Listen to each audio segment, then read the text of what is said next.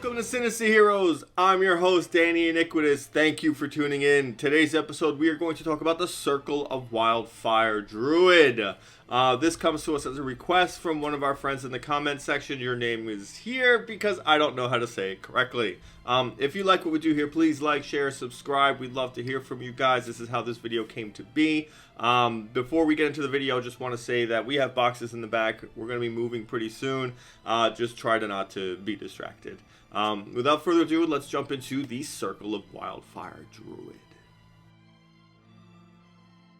So our friend from the comments is a great person who comments regularly and gives such a great wealth of knowledge on optimizing builds while still staying true to some of the darker elements we like to keep in pace here. It's a great opportunity whenever you critique the videos or some of the ideas that I've shared or we've shared here and really kind of build this good foundation to making something just a little bit better. And it's always very constructive, and it always feels really great to see what you do and what you come up with. And there have been some builds that I put up where I was like, oh man, this guy's gonna tear me apart for this one. But it's always great to see what you have and to see the things that you do and to hear from you constantly. So thank you.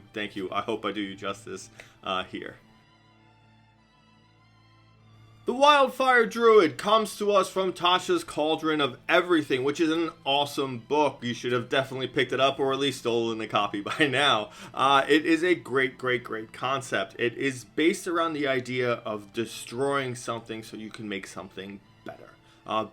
Burning down a forest so that way all the ash and everything can eventually grow into nutrients into the soil and then end up regrowing the land and creating beautiful life afterwards. It really enforces that idea. That's kind of what it's based around. So you get a lot of fire spells for your domain spells or your circle spells, which are always prepared for you, which is great because they're useful and they're very good to have, especially once you hit the levels that you acquire them. Really, one of the things that I see a lot that I don't ever really see people using is Flaming Sphere. I gotta tell you, in the themology of what I'm gonna try and help you guys see here, the idea of just having an orb of fire just swinging around, directing for you to hit something with it, is a very cool concept, and it works very well, and it's just fun to use. So when you're not using things that have your bonus action, that's a great way to keep that going and to keep this dangerous element of something flying across the battlefield, because the point of it is to ram it into something to make it cause the damage, or at least be a deterrent, because the closer it is to something, maybe they might want to move around it depending on how smart the enemy is. You also get Scorching Ray, which is awesome when you get it at 3rd level. You have Revivify, which is going to be staple because having it is almost a necessity. When you don't need to prepare it, it does give you opportunities to prepare some of the other spells that you need. Burning Hands is great early on. Fire Shield is awesome, which is something that I really don't get seen a lot, but it has a lot of defensive benefits to it. At 2nd level, you gain access to Summon Wildfire Spirit. If you watch Critical Role, this is the kind of druid that Fearne is. She is a Circle of Wildfire Druid, and this little flaming monkey that she summons from time to time, this is that ability. It has a little bit of flavor text to it. Please bear with me while I read through the mechanics, so it might take just a moment.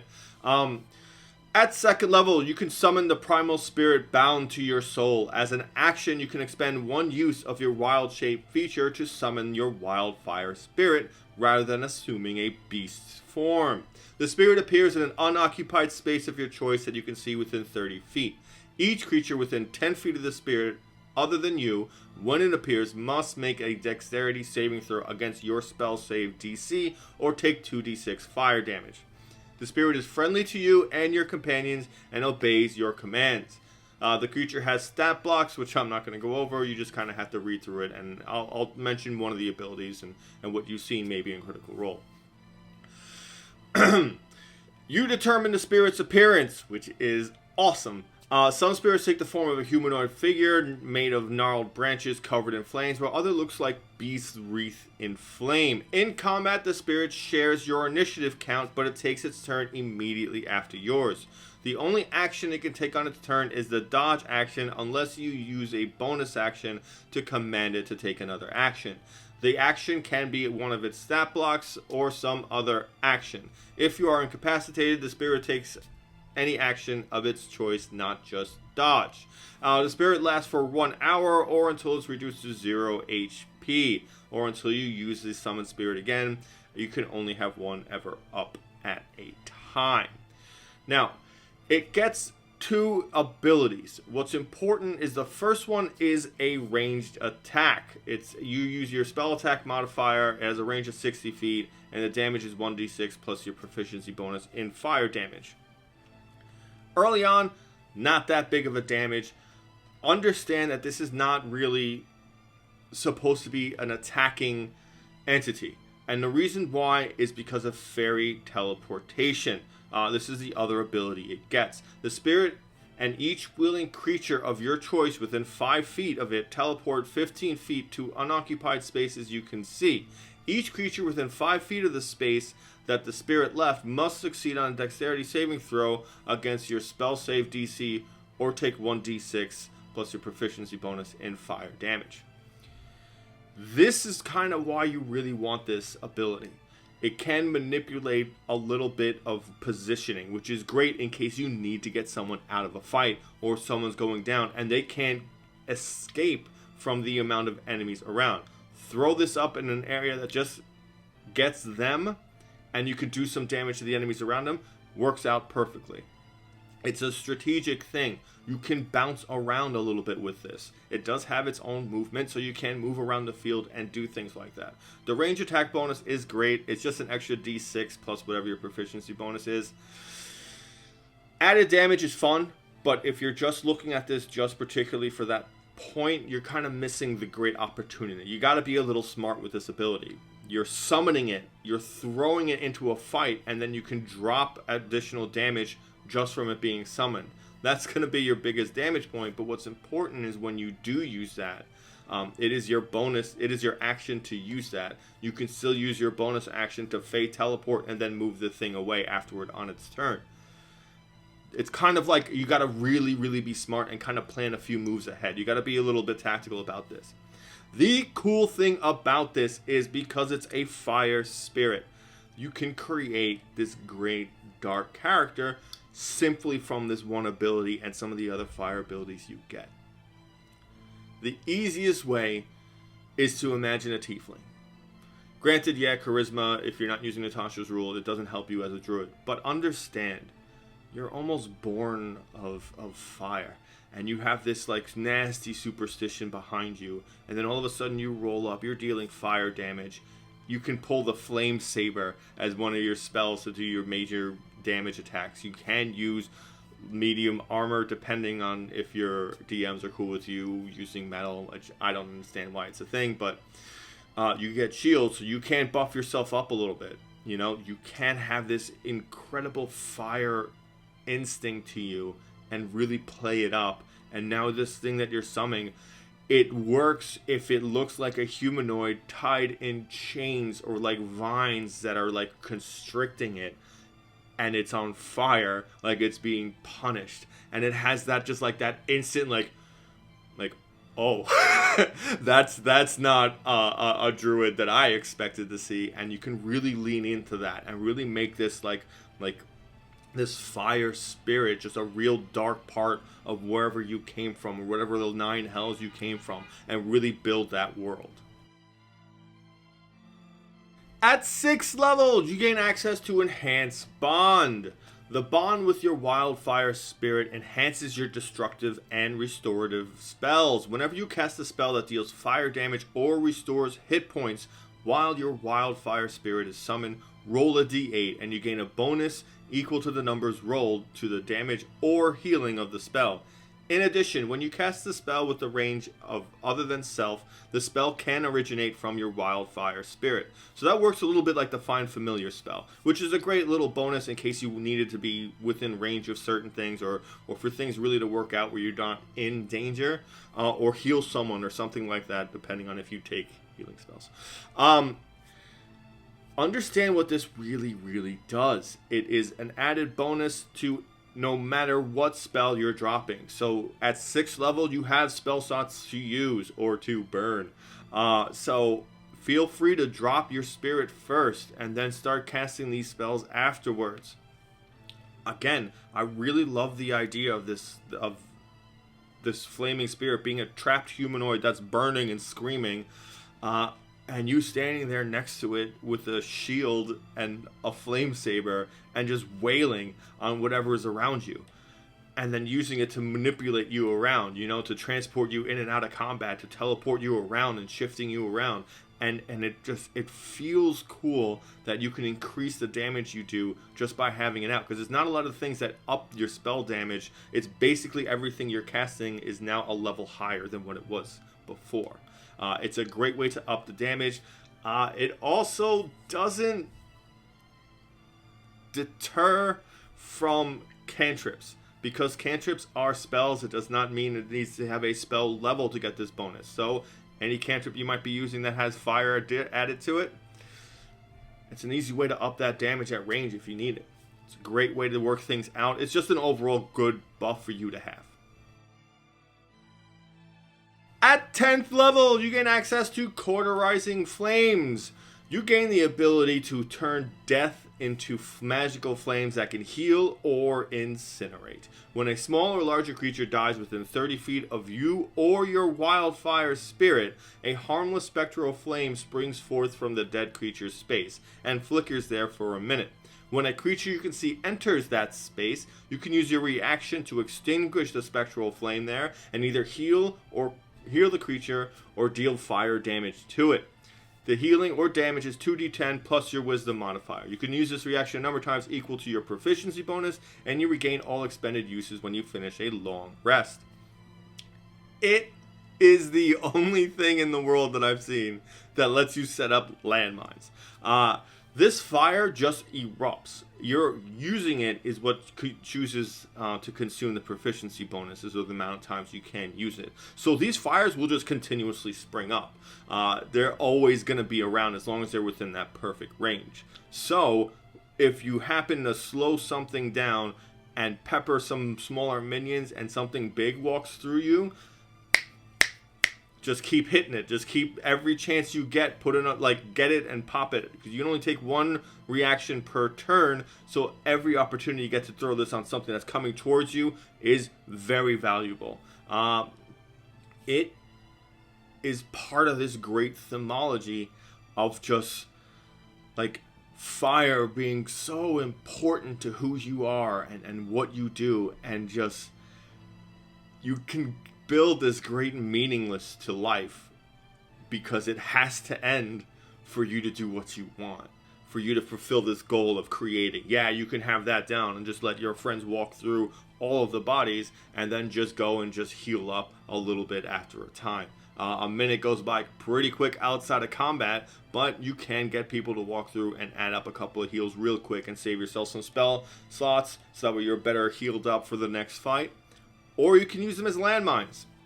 The fact is, you have this beautiful coldness that you can now work onto. There's this this life it exists, but it has to end for what you want, and you can build your character around some of these concepts, like this need to just destroy life, even though it's heart-wrenching for you, and you don't want to see it end, but you need it to go forward and become something greater, and you can really lean into that. Or you can just be dark about it and just want to bring about the destruction and leave the healing for whoever's coming after you, and just set up the world as this great herald of what's to come, and it sets this up awesomely because you can use this in a lot of different ways and in a lot of different aspects and really work with pulling this from a great leader or a druid who taught you this, or maybe a madman that gave you this power and showed you how nature can be used or something, and really lean into that and bring that forward. And this is one of those abilities that adds that nice subtle bedding to that and builds a really great thing to look forward to. At 14th level, you gain access to Blazing Revival. The bond with your Wildfire Spirit can save you from death. If the spirit is within 120 feet of you when you are reduced to 0 HP and thereby fall unconscious, you can cause the spirit to drop to 0 HP. You then regain half your hit points and immediately rise to your feet. Once you use this feature, you can't use it again until you finish a long rest. This is wildly strong. Understand that a free revival is incredible. Here's the only downside. You immediately rise to your feet. It can feel like this incredible heroic moment when it does occur, but you do rise to your feet. So there's no like, oh, I'm still alive, but let me just lay here for a second and let the enemy walk away and then come up and come do something, you know? You have to react. So you gotta be a little smart about how and when you use this. Because say you're fighting a boss and it's doing multiple attacks and it drops you on the first one, you hit it, you're gonna get up just in time to be hit with the second one. So is it gonna be beneficial to you, or is it better for you to sit down and just take it and maybe come back later? You gotta really gauge what's going on and the scenario you're in. If you get hit with a spell or something, awesome, great. Take the hit, come back, get ready for your next turn. It works really well. Get these return to life abilities are good, but you got to use them smart. Otherwise, against a smart enemy, they'll just wipe the floor with you anyway.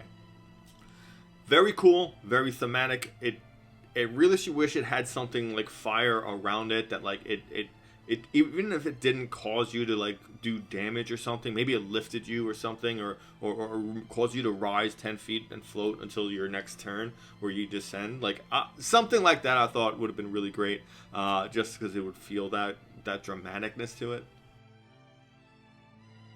Our final thoughts. The Circle of Wildfire Druid is a lot of cool things. If you're worried about the damage not being too high or not scaling, understand you're a full caster. The Druid spell list has more than enough damaging spells and AoE effects to really make yourself effective, so damage should never be something you're worried about.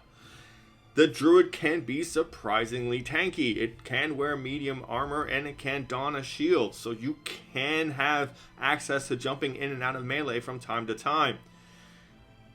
The concept of a Circle of Wildfire Druid does give you this opportunity to be this lurking fire starter. Like you can be a pyromaniac going through these cities that have encroached on the land and start burning things to the ground, because once the city's gone, nature will return. You can incorporate those ideas. You can be that tiefling that came from the Nine Hells that understands that if everything burned and everything came down, something beautiful can come up afterwards. Or maybe give life a second chance to not be what it ended up being. You get this great opportunity to be a dark character, to be creepy, to be lurking in the shadows covered in cloaks with just a little fire that you keep with you, just because it makes you feel safer knowing that you can burn something around you. Whatever it is, like you can really lean into some of these abilities. The fact that you turn dead bodies into little landmines, like it's very cool that you can have your own flame spirit be whatever you want it to be and do these dark things for you and seem like creepy and scary or playful and cute, whatever it is you want to do. It's cool to have that ability, and don't knock the element of really role playing that out and making that something, because that's something that's going to make a cleric in your party go or you know, like really confuse some people and really give them an opportunity to see into your character and really give your opportunity to let your character come to the forefront and bring out what that is. Because you can cast healing spells does not mean you have to be a good person. It does not mean you have to be this perfectly righteous thing that's trying to save the world, or that you have to always take the healing spells. Be your character. This is a great way to be dark. This is a great way to be scary, and this is a great way to use that thematic fire as a destructive force to bring about the change that the world around you needs. Thank you for sitting around this long and giving us a chance and watching the video. If you sat through all of this, please like, share, and subscribe. Thank you again to our good friend. I appreciate the suggestion and always look forward to seeing your comments. And most of all, thank you for giving a spooky kid a chance.